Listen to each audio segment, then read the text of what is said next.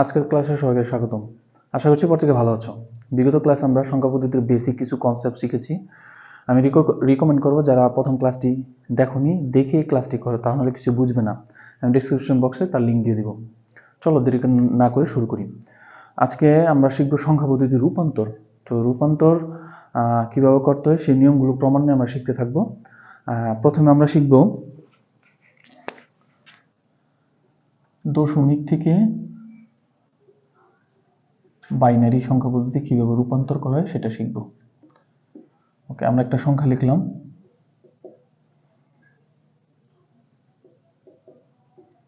একটা দশমিক সংখ্যা পদ্ধতি, এতকে বাইনারি সংখ্যায়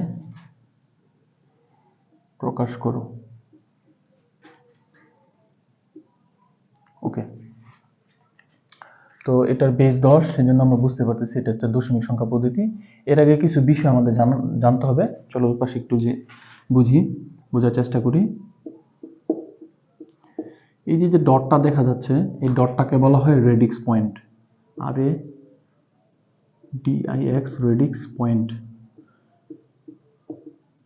ওকে, রেডিক্স পয়েন্টের বাম পাশের অংশ বলা হয় পূর্ণ সংখ্যা, আর ডান পাশের অংশটাকে বলা হয় ভগ্নাংশ। এটার ইংরেজি নাম হচ্ছে MSD, আর এটা হচ্ছে LSD।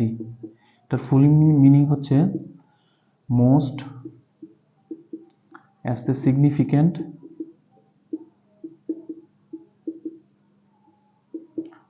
ডিজিট,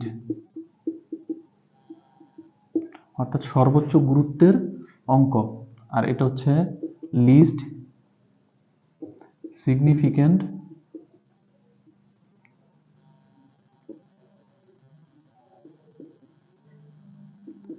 ডিজিট, সর্বনিম্ন গুরুত্বের অঙ্ক। তো বিষয়গুলো আমাদের জানা থাকতে হবে, পরবর্তীতে আমাদের বিভিন্ন সংখ্যা পদ্ধতির রূপান্তর ক্ষেত্রে বিষয়গুলো আমাদের কাজে লাগবে। চলো এবার অঙ্কটা কিভাবে করে সেটা আমরা শিখি। তো প্রথম ক্লাসটা এই রূপান্তর ক্লাসটা খুব মনোযোগ দিয়ে শুনবে, কারণ পরবর্তীতে এই নিয়মগুলোই আমাদের কিন্তু কাজে লাগবে।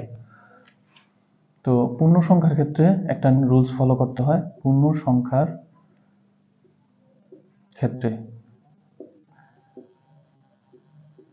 প্রথমে সংখ্যাটা আমরা লিখব, লেখার পর এটা ক্রমান্বয়ে আমরা ভাগ করব, যেটা বাইনারি সংখ্যা পদ্ধতির বেস 2 দিয়ে, অর্থাৎ যেটাতে প্রকাশ করতে বলবে সেই সংখ্যা বেস দিয়ে আমরা ক্রমান্বয়ে এটাকে ভাগ করব। এটা হচ্ছে নিয়ম। ভাগ করি আমরা।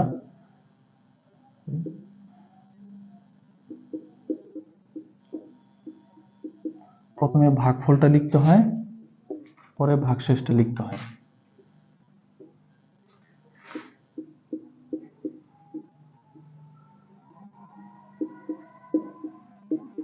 ভাগফল 31, ভাগশেষ 0।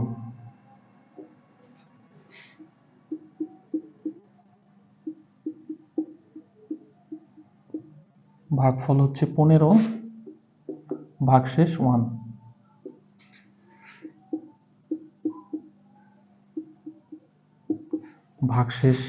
ভাগফল হচ্ছে এখানে 7, ভাগশেষ 1।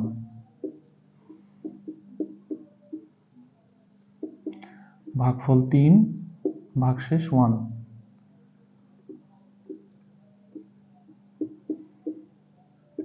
ভাগফল 1, ভাগশেষও 1।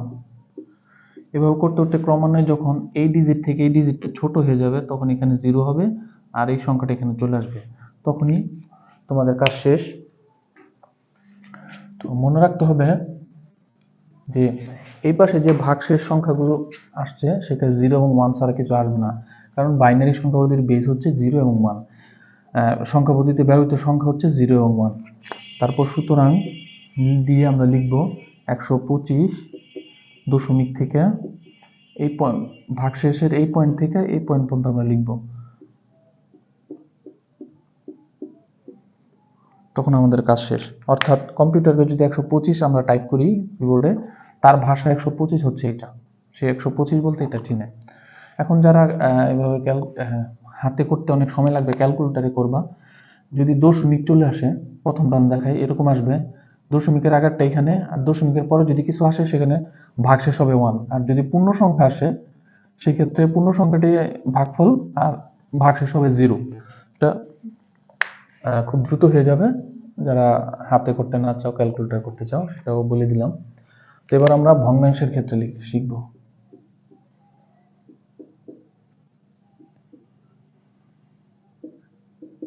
.25 এটা ক্রমান্বয়ে আমরা গুণ করব বাইনারি বেস 2 দিয়ে। এটা হচ্ছে ভগ্নাংশের রুলস।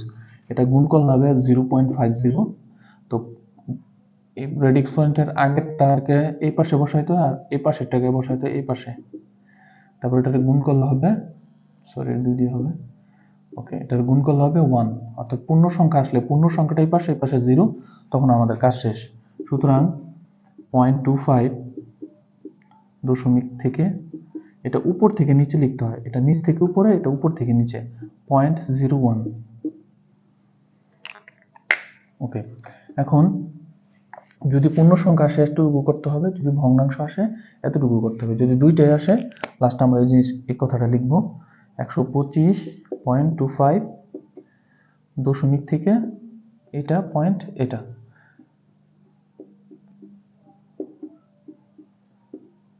আমাদের তখন কাজ শেষ।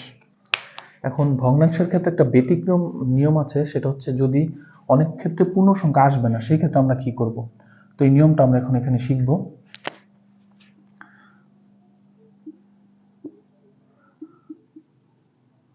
ক্ষেত্রে যদি পূর্ণ সংখ্যা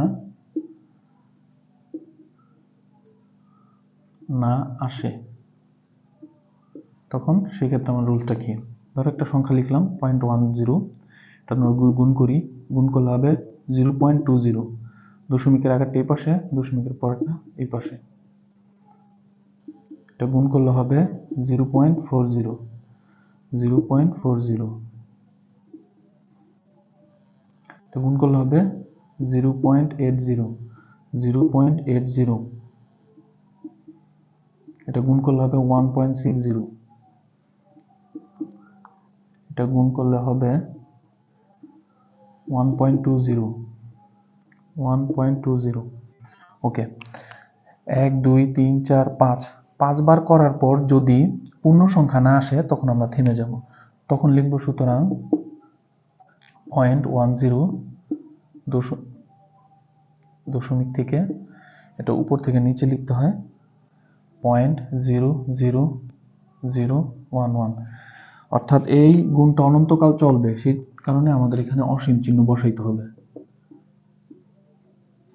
ঠিক আছে, তো এই রুলসটা একটু ব্যতিক্রম। যখন আমাদেরকে এরকম কোনো সংখ্যা দিয়ে দিবে তখন এই রুলসটা ফলো করবো, 5বারের বেশি আমরা করবো না। এর মধ্যে যদি পূর্ণ সংখ্যা না আসে তাহলে আমরা 5বারে থেমে যাব।